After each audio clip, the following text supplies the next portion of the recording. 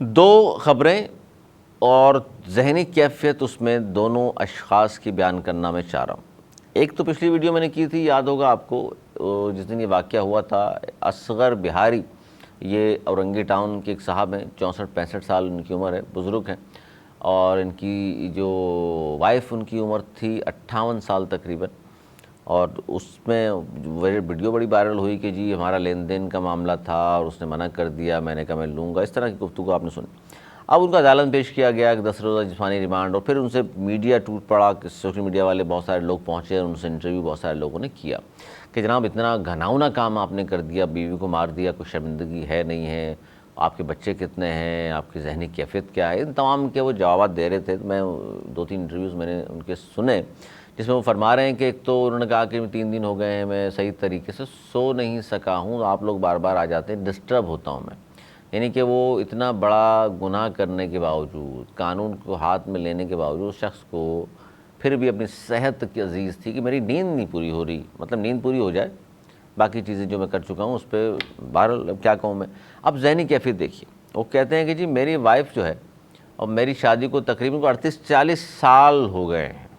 2 بیٹیاں شادی شدہ ہیں، 2 بیٹے جوان ہیں جو کہ جاب کرتے ہیں، اور سرکاری جاب بقول ان کے ہونے والی ہے یا ہو گئی ہے، اور ان کو میں نے کہا ہے کہ آپ لوگ نہ آئیں، میں اپنا کیس خود لڑ لوں گا۔ تو جبکہ بیٹوں نے اپنے والد کا یہ ساتھ یہ دیا کہ جی ان کی والدہ کو حالانکہ انہوں نے لوہے کے راڈ سے حملہ کر کے مار دیا، اس کے باوجود بھی انہوں نے FIR درج نہیں کی اپنے والد کے خلاف۔ تو یہ ظاہر پولیس کی مدعیت میں کیس درج ہوا، کیونکہ وہ خود آ گئے تھے تھانے، اور انہوں نے جو آ کے کہانی بیان کی کہ جی وہ ازدواجی تعلق میں قائم کرنا چاہتا تھا اور وہ منع کر رہی تھیں، اور انہوں نے پھر کینچی اٹھا لی مجھے مارنے کے لیے، یہ کہا کہ میں آپ کی کینچی کے ساتھ جو ہے جس کی وجہ سے آپ کو جو چیز بہت تنگ کر رہی ہے میں اسی کاٹ دیتی ہوں۔ تو کہنے لگا پھر میرے پاس آپشن نہیں تھا، ان کا الفاظ ہیں، میرے پاس پھر آپشن نہیں تھا، تو ظاہر ہے پھر میرے قریب لوہے کی راڈ رکھی ہوئی تھی، اور پھر میں نے اٹھا کر جناب ان کے سر پہ مارنا شروع کر دیا، ان گنت راڈ سے بس آئی ہیں۔ تو خاتون جو ہے ضعیف خاتون، ظاہر وہ 58 سال کی نوجوان تو نہیں تھی، وہ ظاہر ان کی ڈیتھ ہو گئی۔ 40 سال جس خاتون کے ساتھ آپ رہے ہیں، 4 خوبصورت اللہ نے آپ کو اس خاتون سے آپ کو بچے عطا فرمائے، 2 بیٹے 2 بیٹیاں، آپ بارش ہیں، وائٹ داڑھی ہے آپ کی، منہ میں دانت میرا خیال ہے کہ 2-4 ہی ہوں گے، اب لگتا نہیں وہ بھی ہوں، اس کے بعد آپ ٹھیک سے نظر آپ کو آتا نہیں ہے۔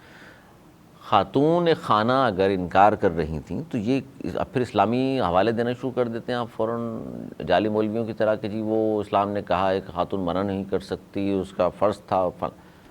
عجیب کہانیاں سناتے ہیں یار۔ اسلام پہ آپ اتنا چلنے والے ہوتے تو آپ صبر کا مظاہرہ کرتے، اسلام نے تو صبر کی بڑی تلقین کی ہے، اسلام نے تو میان عربی کی بڑی تلقین کی ہے، اسلام تو اخلاقیات پہ بڑا زور دیتا ہے،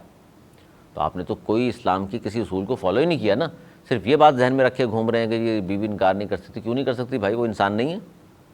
پتہ نہیں کون سا اسلام، کون سی تشریحیں کون پڑھاتا ہے، معاشرے میں بگاڑ یہ کون لے کر کے آتا ہے اسلام کے نام پر۔ اسی سے ملتا جلتا کیس دوسرا میں آپ کو بتاؤں، یہ جو حوث زدہ لوگ ہیں، اس کو تو میں حوث زدہ اس لیے نہیں کہوں گا، بزرگ آدمی ہیں، چلیں۔ ایک صاحب نے ایک خاتون ڈاکٹر پر تیزاب پھینک دیا کہ جی وہ انہیں لفٹ نہیں کراتی۔ مطلب آپ کو، آپ کی حوث پرست آپ شخص ہیں، آپ کی حوث کا وہ نشانہ نہیں بننا چاہتی کوئی شریف خاتون، تو آپ کو اتنی آگ لگ جائے گی، آپ اتنا غصہ برہم ہوں گے، آپ مطلب بادشاہ سلامت کے مزاج پر اتنی ناگوار گزری کہ آپ تیزاب لائے اور ان کے چہرے پہ ڈال دیا۔ اور پاکستان میں یہ پہلا واقعہ نہیں ہے، پے در پہ اس طرح کے واقعات سننے کو آپ کو دیکھنے کو ملتے ہیں۔ پہلی بات تو یہ تیزاب پر پابندی ہونی چاہیے، باقاعدہ لائسنس یافتہ شناختی کارڈ کی کاپی رکھی جائے، اور پھر کچھ شرائط ہوں جس کے بعد ان کو مل جائے۔ آرام سے مل جاتی ہے پاکستان میں، ہمارے یہاں ایک بڑی ایک صورتحال اس طرح کی ہے، بھائی اسلحہ مل جاتا ہے تو پھر تیزاب تو پھر کیوں نہیں ملے گا؟ تو اس پہ گورنمنٹ کو توجہ دینے کی ضرورت ہے۔ پھر اس طرح کے جو لوگ ہیں انہیں کڑی سے کڑی سزا۔ اچھا، اب یہ جن صاحب نے یہ تیزاب پھینکا خاتون کے چہرے پر، وہ کراچی میں علاج کرا رہی ہیں، اللہ تعالیٰ ان کو صحت دے، ایک بہت ہی پڑھی لکھی خوبصورت خاتون، اور اس کا بیچاری کا جو حال اس شخص نے کیا، اس کو پکڑ لیا جاتا تو بہت ساری چیزیں سامنے آ جاتی۔ کہ یہ خود اکیلا تھا، کسی گروہ کے لیے کام کر رہا تھا، اصل وجوہات پھر سامنے آتی. اب تو مختصر سی چیزیں سامنے آئی ہیں کہ حافظ زدہ شخص تھا اور یہ کیا منوانا چاہتا تھا ان سے،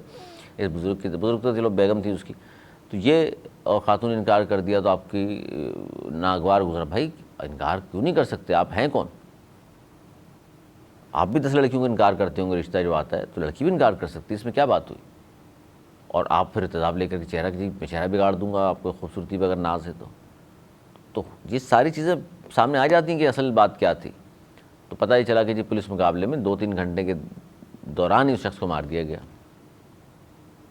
بھئی عدالت میں پکڑ کر پیش کیا جاتا، گروہ اگر تھا تو بے نقاب ہوتا، اس کو بھی قرار باقی کی عدالتیں سزا دیتی،